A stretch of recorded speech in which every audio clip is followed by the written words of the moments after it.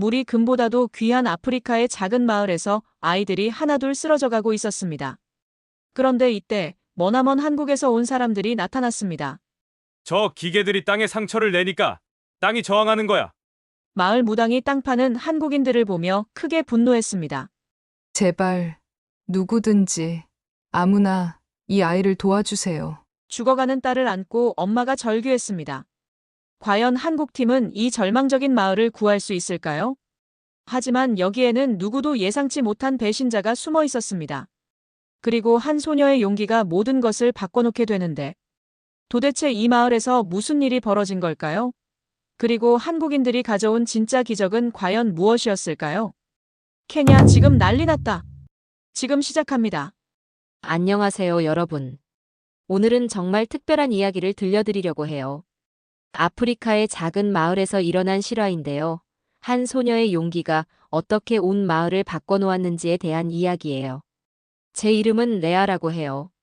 저는 우룰라라는 작은 마을에서 살고 있었는데요. 이곳은 물이 금보다도 더 귀한 곳이었어요. 선택해서 그런 게 아니라 우리 마을이 초록색을 잊어버린 땅 한가운데 자리 잡고 있었거든요.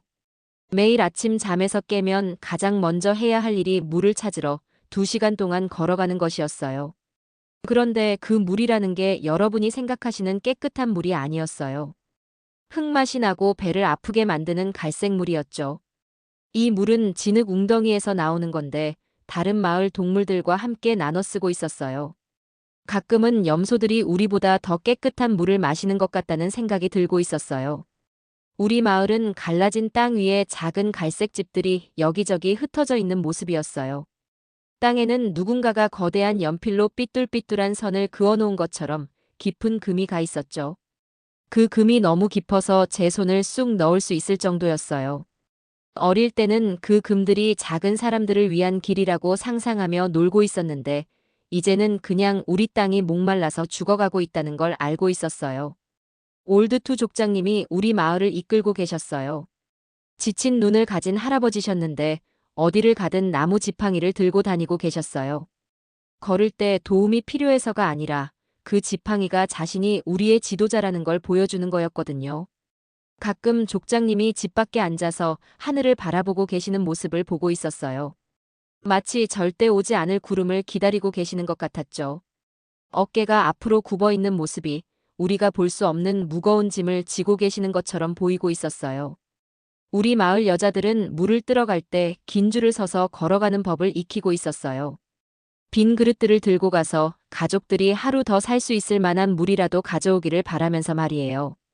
제 친구 비아자는 예전에 물터로 걸어갈 때 노래를 부르고 있었어요.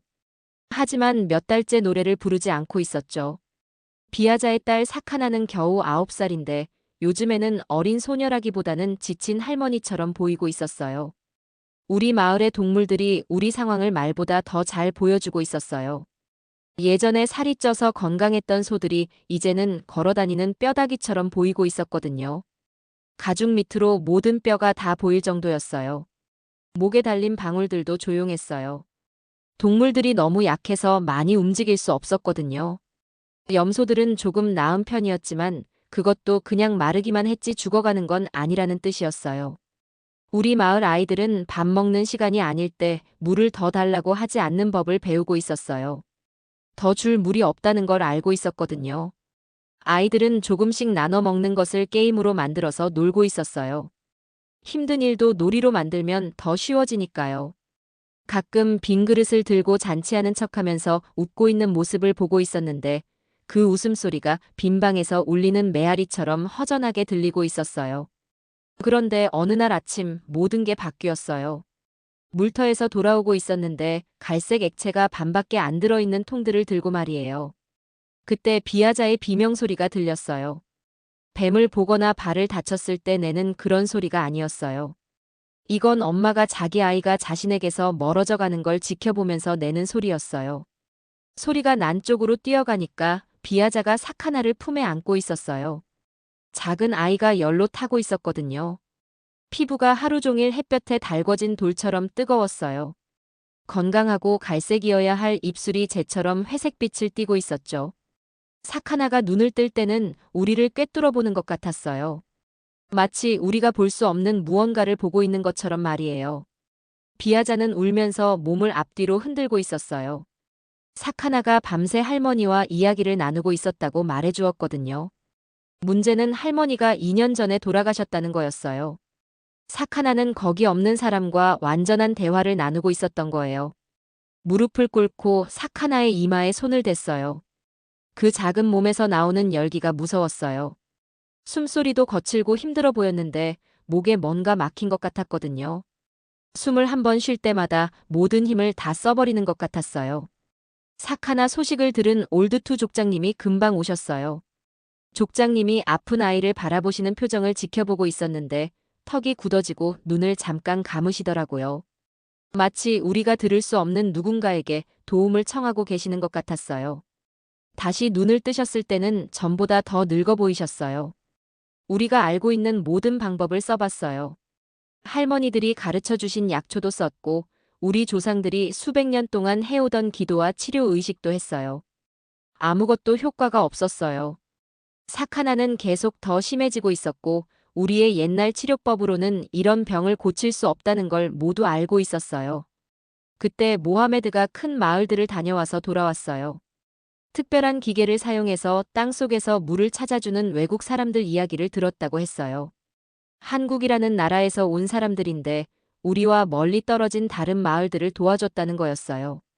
어른들은 모하메드가 불가능한 꿈을 꾸고 있다고 말씀하셨어요. 전에도 외국 사람들이 우리 지역에 와서 큰 약속을 하고는 아무것도 남기지 않고 떠났었거든요. 우리 소들을 가져가고 빈말만 남겨두고 갔어요. 이번 낯선 사람들이 왜 다를 거라고 생각하냐는 거였죠.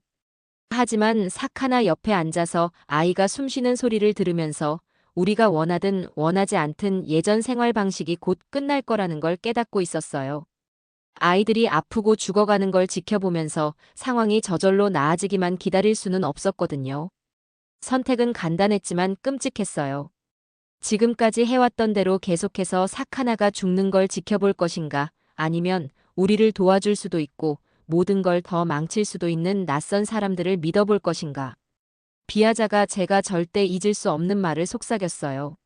제발, 누구든지, 아무나 이 아이를 도와주세요. 그 속삭임이 우리의 옛 세상이 끝나고 새로운 세상이 시작되는 소리였어요. 우리는 그때만 해도 그걸 몰랐지만요.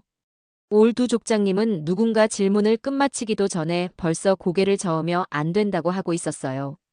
그때 저는 다른 마을 여자들과 함께 앉아 있었는데 모하메드가 족장님께 지하에서 물을 찾을 수 있는 한국 사람들 이야기를 전하러 오고 있었습니다. 족장님은 두 팔을 가슴 앞으로 꼭 끌어안고 돌덩이처럼 굳은 표정으로 그 말을 듣고 있었어요. 모하메드가 이야기를 다 마치자 올두 족장님은 회색 머리카락이 흔들릴 정도로 단호하게 고개를 저었습니다. 우리 마을에는 외국 사람들 들어올 수 없어. 족장님의 목소리는 마치 문을 꽝 닫는 소리처럼 단호했어요. 저는 족장님과 말다툼을 하고 싶었지만 왜 그렇게 무서워하는지 이해할 수 있었습니다. 3년 전에 상인들이 우리 지역에 왔었거든요. 그들은 좋은 옷을 입고 있었고 우리를 도와주겠다며 달콤한 말들을 하고 있었어요. 우리 소를 좋은 값에 사주겠다고 약이랑 음식도 가져다 주겠다고 약속했었죠. 많은 가족들이 그 말을 믿고 동물들을 팔았어요. 그런데 그 상인들은 우리 소들을 가져가고는 그냥 사라져버렸습니다. 우리에게는 깨진 약속들과 전보다 더 적은 음식만 남겨두고 말이에요. 올두 족장님은 그때 일을 기억하고 있었어요. 그 상인들이 어떻게 우리 굶주린 아이들 사진을 찍어서 먼 곳에 사는 사람들로부터 돈을 받아내는데 이용했는지 기억하고 있었습니다.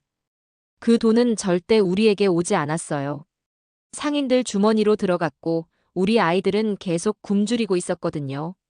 이 한국 사람들도 똑같은 짓을 할 거야. 그날 밤 마을 회의에서 올두 족장님이 말하고 있었어요. 사카나랑 우리 아픈 아이들 사진을 찍을 거야. 우리가 고생하는 모습으로 자기들만 부자가 될 거고, 그러고 나서 땅에 구멍만 뚫어놓고 우리 마음만 아프게 하고 떠날 거라고. 우리 마을 무당인 무시크라도 족장님 편을 들고 있었어요. 무시크라는 영혼들과 이야기하고 우리에게 지혜를 주는 역할을 하고 있었거든요. 회의에서 일어나더니 깊고 진지한 목소리로 낯선 사람들이 신성한 땅을 파헤치게 하면 영혼들이 화를 낼 거라고 말하고 있었습니다. 물의 영혼들이 땅 깊은 곳에 살고 있어요. 무시크라가 말하고 있었어요. 시끄러운 기계들을 가져와서 영혼들의 집을 부수면 더 큰 재앙으로 우리를 벌할 거예요. 무시크라가 말할 때 많은 사람들이 고개를 끄덕이고 있었어요. 두려움은 사람들로 하여금 새로운 시도보다는 그냥 그대로 있는 게 더 안전하다고 믿게 만들거든요.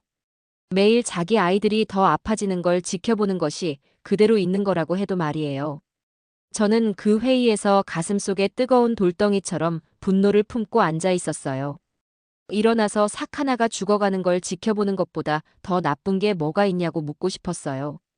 도움이 될 수도 있는데 우리 아이들이 고생하는 걸 영혼들이 정말 원하는 거냐고 묻고 싶었습니다.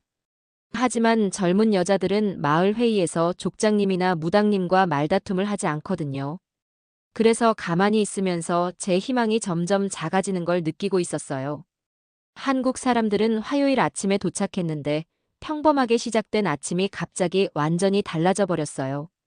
저는 그들의 트럭이 메마른 땅을 가로질러 우리 마을 쪽으로 오는 걸 가장 먼저 본 사람 중 하나였어요.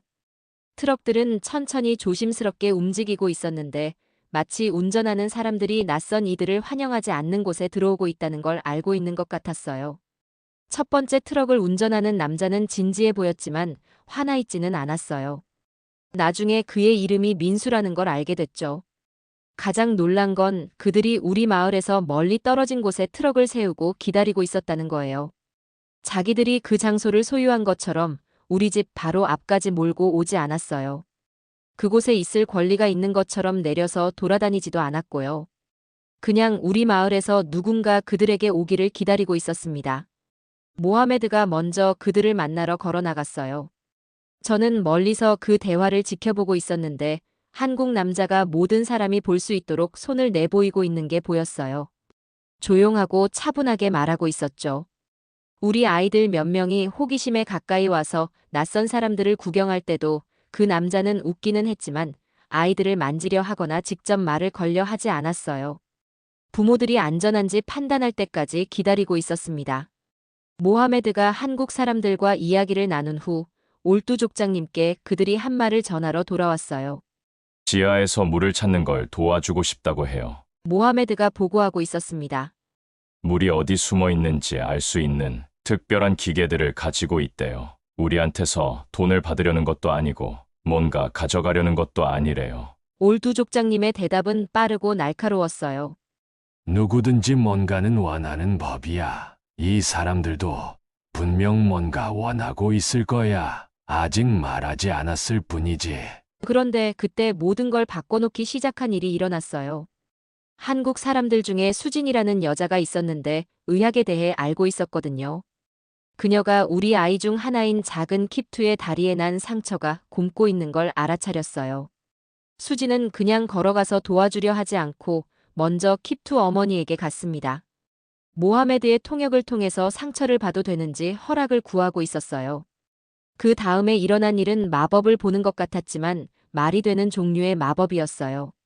수진은 특별한 약으로 킵투의 상처를 깨끗하게 닦고 하얀 천으로 감싸주었어요. 킵투 어머니에게 붕대를 갈아주는 방법을 정확히 보여주고 여분의 재료들도 주었죠. 모든 단계를 자세히 설명하면서 킵투 어머니를 아이가 나아지도록 돕는 중요한 동반자로 대해주고 있었어요. 그날 하루가 끝날 무렵 소문이 우리 마을 전체에 퍼지고 있었어요. 외국 여자가 킵투 다리를 낫게 해줬어. 사람들이 서로 속삭이고 있었죠. 그 대가로 아무것도 요구하지 않았대. 이건 전에 우리를 속인 상인들과는 달랐어요. 수지는 얼마나 우리를 도와주고 싶은지 큰 연설을 하지 않았어요. 그냥 아픈 아이 하나를 도와주고 그 어머니에게도 아이를 도울 방법을 알려줬을 뿐이었죠. 말로 하는 게 아니라 실제로 해보임으로써 자신이 뭘 하고 있는지 안다는 걸 증명했어요. 이틀 동안 한국 사람들은 우리 마을 밖에서 캠프를 치고 있었어요. 억지로 들어오려 하지 않았어요. 우리가 당장 환영하지 않는다고 해서 화를 내며 떠나지도 않았고요.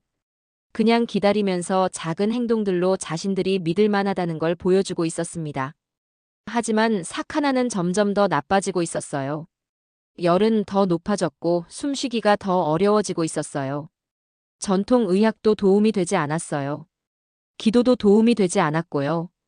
우리가 알고 있는 어떤 방법도 도움이 되지 않고 있었어요. 둘째 날 밤, 저는 올두 족장님이 비아자의 집 밖에 앉아서 얇은 벽을 통해 들려오는 사카나의 거친 숨소리를 듣고 있는 걸 발견했어요. 족장님의 얼굴은 제가 본 것 중 가장 늙어 보였어요. 답을 다 잃어버린 사람 같았죠. 저 아이는 죽어가고 있어. 족장님이 저에게 말했어요. 족장이 마을 사람에게 하는 말이 아니라 할아버지가 자신의 아픔을 이해할 수 있는 누군가에게 하는 말 같았어요. 저는 깊게 숨을 들이쉬고 제 마음속에서 자라나고 있던 말들을 꺼냈어요. 족장님, 한국 사람들이 정말로 사카나를 도울 수 있다면 어떨까요? 족장님은 불가능한 시절을 견뎌내며 우리 마을을 이끌어야 하는 모든 걱정과 책임감이 담긴 눈으로 저를 바라봤어요. 그런데 만약 도울 수 없다면 우리가 가장 위험한 순간에 낯선 사람들을 들여보냈는데 모든 게 더 나빠진다면 저는 족장님의 두려움을 이해했어요. 여러분의 공동체가 이미 약하고 힘들어하고 있을 때 외부 사람들의 도움을 받는다는 건 여러분을 털어갈 수도 있는 사람들에게 문을 열어주는 것 같은 느낌이거든요. 한 번의 잘못된 선택이 모든 걸 파괴할 수도 있고요. 하지만 사카나의 숨소리는 점점 약해지고 있었어요. 족장님, 제가 말했어요. 어차피 우리는 사카나를 잃게 될 거예요. 하지만 이걸 시도해보면 혹시 그 아이를 구할 수 있을지도 몰라요. 올두 족장님은 천천히 일어서서 옷에 묻은 먼지를 털어냈어요. 한국인 캠프 쪽을 보더니 다시 사카나가 목숨을 걸고 싸우고 있는 집 쪽을 바라봤습니다. 마침내 외국인들 쪽으로 걸어가기 시작했어요. 저도 모하메드와 다른 마을 어른들과 함께 족장님을 따라갔어요.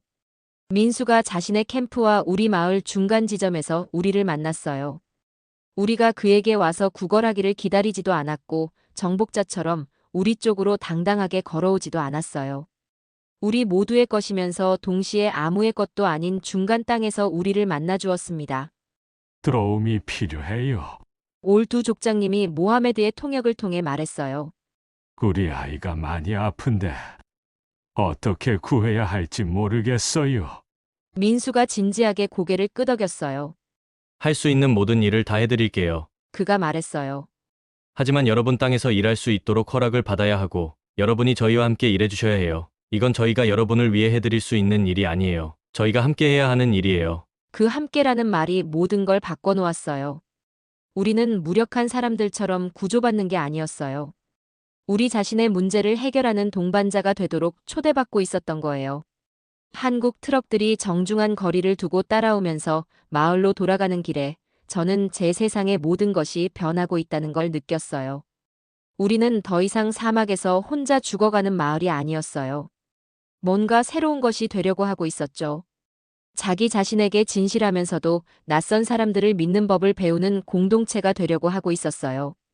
실패할 수도 있는 일을 시도해볼 의지가 있는 사람들이 되려고 했는데, 왜냐하면 시도하지 않는다는 건 확실한 실패를 의미했거든요. 혼자서 고생하던 옛 세상이 끝나고 있었어요. 함께 해결책을 찾을 수 있을지도 모르는 새로운 세상이 막 시작되려고 하고 있었습니다.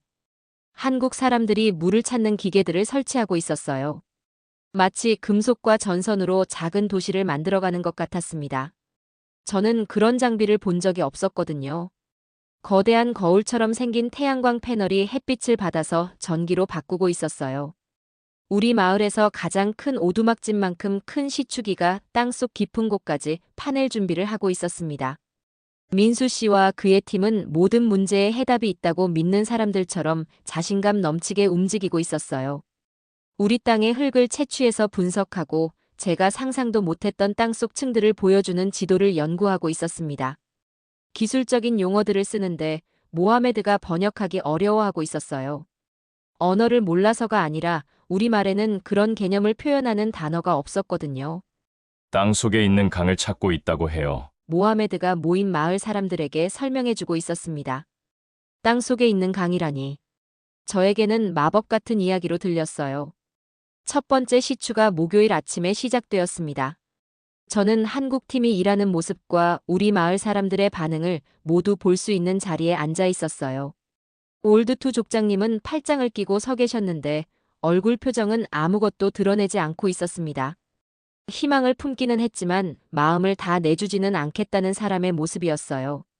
비아자는 수진 씨 약 덕분에 조금 나아진 사카나를 안고 있으면서 시추기의 기계 소음과 경쟁하듯 기도를 속삭이고 있었습니다.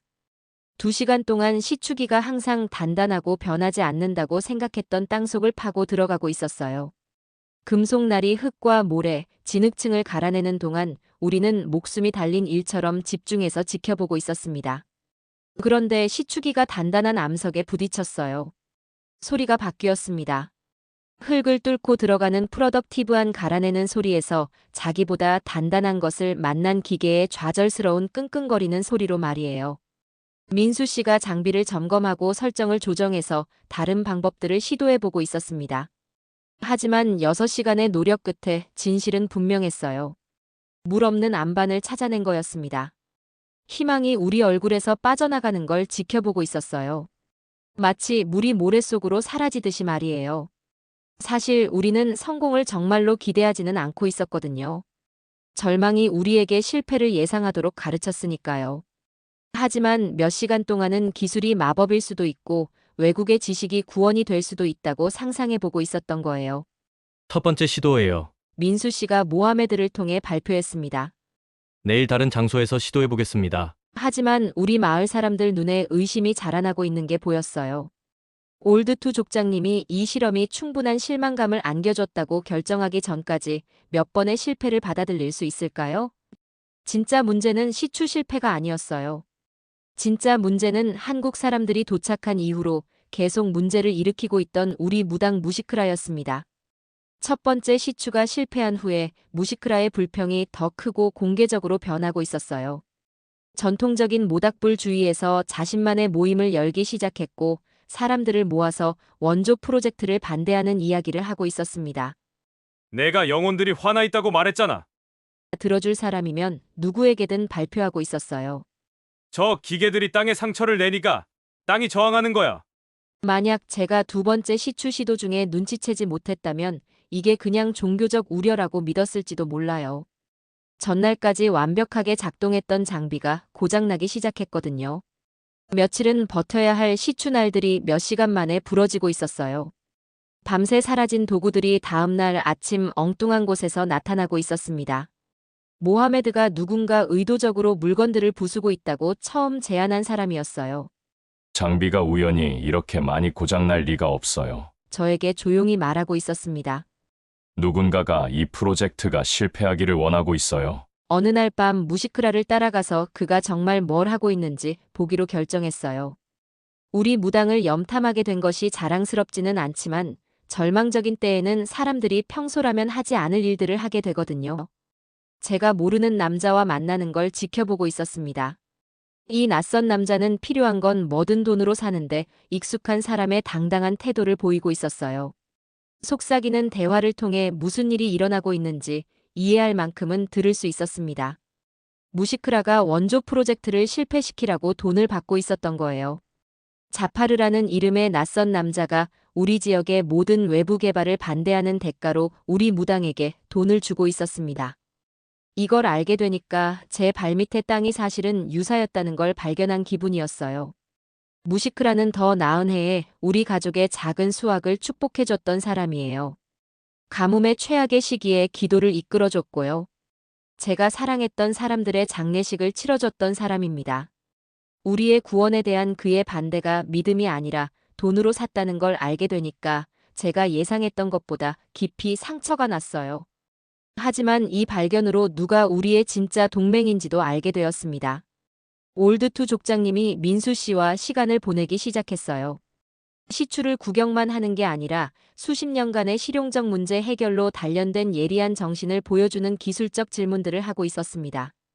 이 기계들이 얼마나 깊이 팔 수 있나요? 모하메드를 통해 물어보고 있었어요.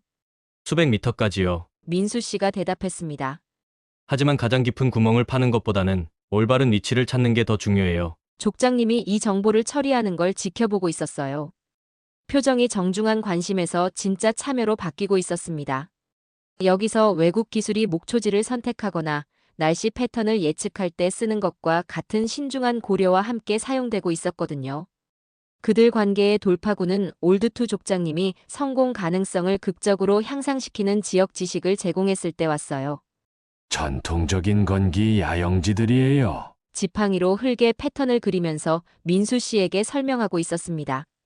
우리 조상들이 이 장소들을 선택한 이유는 최악의 가뭄에도 항상 물을 구할 수 있었기 때문이에요. 아마 물이 더 깊이 들어갔을 수도 있지만 아직 거기 있을지도 몰라요. 이게 진짜 동맹 구축이었어요. 외국 전문가들이 해결책을 강요하는 게 아니라 지역 지식과 기술 능력이 결합되어서 어느 쪽도 혼자서는 달성할 수 없는 가능성들을 만들어내고 있었습니다. 올드투 족장님의 전통 지식으로 안내받은 두 번째 시추 시도는 처음에는 더 유망해 보였어요. 시추기가 더 부드러운 흙을 찾아서 더 나은 진전을 보이고 있었습니다. 12시간 동안 우리는 조심스러운 낙관론을 허용하고 있었어요. 그런데 염수를 찾았어요. 우리가 절실히 필요했던 깨끗하고 생명을 주는 물이 아니라 도움보다는 독이 될 만큼 짠 소금물이었습니다.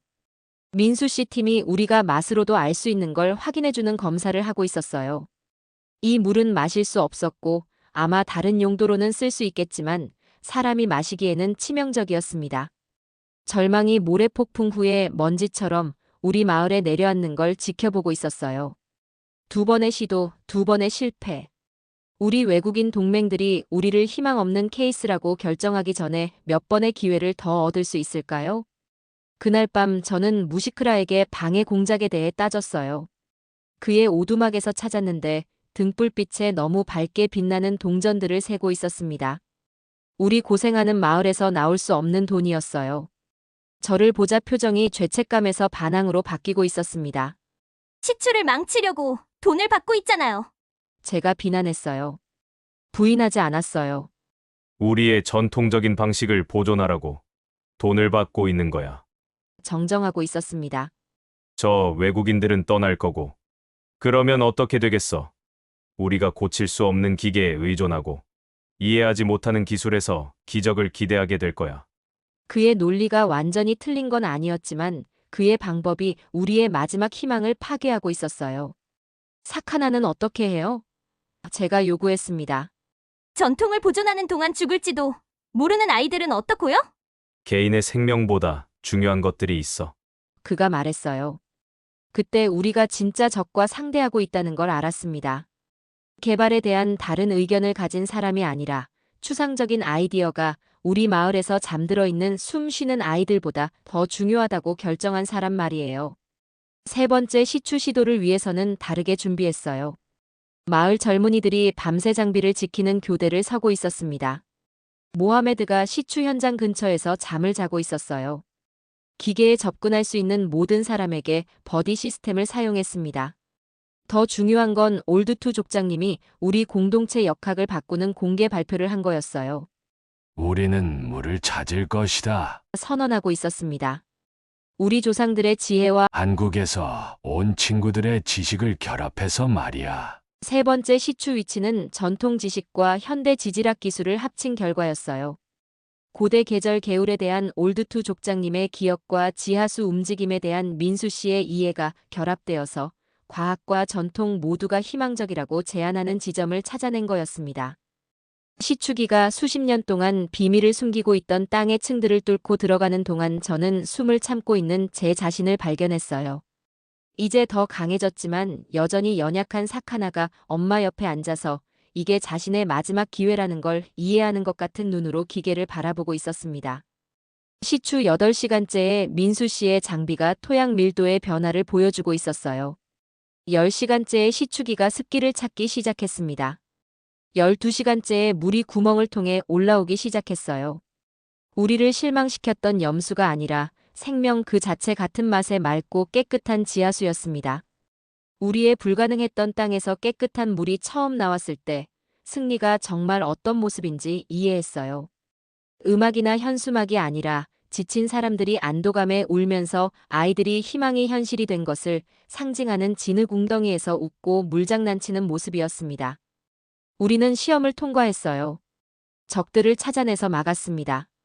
이 한 번의 성공을 넘어서 우리를 도와줄 동맹을 구축했어요. 가장 중요한 건 어떤 문제들은 전통과 혁신, 지역 지식과 외국 전문성, 개인의 용기와 공동체의 헌신이 모두 필요하다는 걸 배웠다는 거예요. 보상이 오고 있었지만 그건 신뢰, 협력, 그리고 기적을 기대하는 것과 기적을 만들어내는 것의 차이에 대해 우리가 배운 모든 것 위에 세워질 거였습니다. 여러분, 오늘은 정말 놀라운 이야기를 들려드리려고 해요. 오랫동안 우리를 괴롭히고 있던 메마른 땅에서 깨끗한 물이 콸콸 솟아오르기 시작했을 때 저는 태어나서 처음 느껴보는 감정을 경험하고 있었습니다. 그것은 마치 불가능한 꿈이 바로 제 눈앞에서 현실이 되어가는 모습을 지켜보는 것 같았어요. 하지만 물은 우리가 받게 된 선물의 시작에 불과했습니다. 민수 씨와 그의 팀은 빠르게 움직이고 있었어요. 제대로 된 급수 시설을 만들어주려고 말이죠. 태양광 패널들이 햇빛을 받아서 전기를 만들어내고 있었고 그 전기로 펌프가 돌아가면서 땅 깊숙한 곳에서 물을 끌어올려 마을 한가운데 있는 수도꼭지까지 보내주고 있었습니다. 평범한 금속 수도꼭지 하나가 우리 마을이 가진 가장 소중한 보물이 되어버린 거예요. 처음으로 그 수도꼭지를 틀어서 깨끗한 물이 똑똑 떨어지는 게 아니라 정말로 콸콸 흘러나오는 걸 봤을 때 저는 깨달았어요. 우리가 단순히 물 문제만 해결하고 있는 게 아니라는 걸 말이죠. 사람들이 천천히 죽어가던 곳에서 사람들이 잘 살 수 있는 꿈을 꿀 수 있는 곳으로 우리 마을이 바뀌어가고 있는 모습을 지켜보고 있었던 거예요. 사카나라는 아이가 새로운 물을 가장 먼저 마셨어요. 수진 씨가 물이 안전한지 여러 번 검사하고 있었지만 기술적인 검사가 끝나기도 전에 저는 그 아이의 얼굴에서 알 수 있었어요. 이 물은 달랐어요. 물이 원래 가져야 할 맛이 나고 있었거든요. 깨끗하고 자연스러우며 생명을 위험에 빠뜨리는 대신 생명을 살려주는 물이었어요. 며칠 지나지 않아서 우리 아이들에게 변화가 눈에 보이기 시작했어요. 바싹 마르고 갈라져 있던 피부가 부드러워지고 있었고 탈수가 일상이 아니라 기억 속의 일이 되면서 아이들의 에너지가 눈에 띄게 늘어나고 있었어요. 눈 밑의 검은 그늘도 사라지면서 충분한 수분을 공급받은 어린 몸이 보여주는 밝고 생생한 활기로 바뀌어가고 있었습니다. 물 걱정이 없어지니까 이제 우리는 하루하루 버티는 것 말고 다른 것들을 생각할 수 있게 되었어요. 집집마다 작은 텃밭들이 생겨나기 시작했고 여성들이 가뭄 때문에 기를 수 없었던 채소들을 키워보고 있었어요. 토마토, 시금치, 호박들이 드디어 생명을 키울 수 있을 만큼 충분한 물을 받게 된 땅에서 자라나고 있었습니다. 올드투 촌장님이 저를 우리 마을 최초의 물 관리 담당자로 임명해 주셨어요. 전에는 없던 일이었거든요. 부족한 걸 관리하는 일과 풍족한 걸 관리하는 일은 완전히 다른 능력이 필요하니까요. 제 역할은 모든 사람이 공평하게 물을 쓸 수 있도록 하고 한국팀이 가르쳐준 기술로 장비를 관리하며 우리의 성공을 배우고 싶어하는 이웃 마을들과 함께 일하는 것이었어요. 이 일을 하면서 선물을 받는 것에 대해 중요한 걸 배웠어요. 그냥 혜택만 누리면서 편안하게 쉬는 게 아니라는 거예요. 진짜 보상이라는 건 받은 것을 잘 관리하는 법을 배우고 책임감을 가지고 돌보며 다른 사람들과 현명하게 나누는 것이 필요해요. 올드투 촌장님도 완전히 달라지셨어요. 외국의 개입을 두려워하고 있던 분이 국제 협력을 가장 적극적으로 지지하는 사람이 되셨거든요. 도움을 구걸하는 마을이 아니라 전통 지식과 현대 기술을 결합하는 법을 배운 경험 있는 파트너로서 원조 단체들과 정식 협력 관계를 맺고 계셨어요. 우리의 성공 소식이 퍼지면서 지역 전체에서 마을 사람들이 찾아오기 시작했어요. 모하메드가 우리의 공식 안내자가 되어서 통역 실력을 발휘하고 있었어요. 찾아오는 마을들에게 우리가 얻은 기술적 지식뿐만 아니라 외국 원조 활동가들과 성공적으로 협력하는 방법에 대한 사회적 교훈들도 함께 나누어주고 있었거든요. 가장 의미 있는 방문들은 예전에 우리처럼 절망적이었던 마을들에서 온 것들이었어요. 마을 어른들이 우리의 태양광 급수 시설을 살펴보고 있는 모습을 기억해요. 의심과 절망적인 희망이 뒤섞인 표정이었는데 한국팀에 대한 우리의 초기 반응과 똑같았거든요. 한 여성이 저에게 물었어요. 이 시설이 정말 작동하느냐고. 저는 작동한다고 말했어요. 하지만 저절로 되는 건 아니라고도 했죠. 전통 지식과 새로운 기술을 기꺼이 결합할 의지가 있어야 하고 여러분의 고통으로 이득을 보는 사람들을 찾아내서 제거해야 하며 자신의 문화에 충실하면서도 낯선 사람들을 신뢰하는 법을 배워야 한다고 말이에요. 쉬운 교훈들은 아니었지만 배울 수 있는 것들이었어요. 우리의 모델을 바탕으로 급수 프로젝트를 성공적으로 실행한 마을들이 하나둘씩 늘어나면서 우리의 경험에 다른 곳에 전달할 수 있는 지혜가 들어있다는 걸 증명해주고 있었거든요. 한국 팀이 떠날 때는 감정적이었지만 끝이 아니었어요.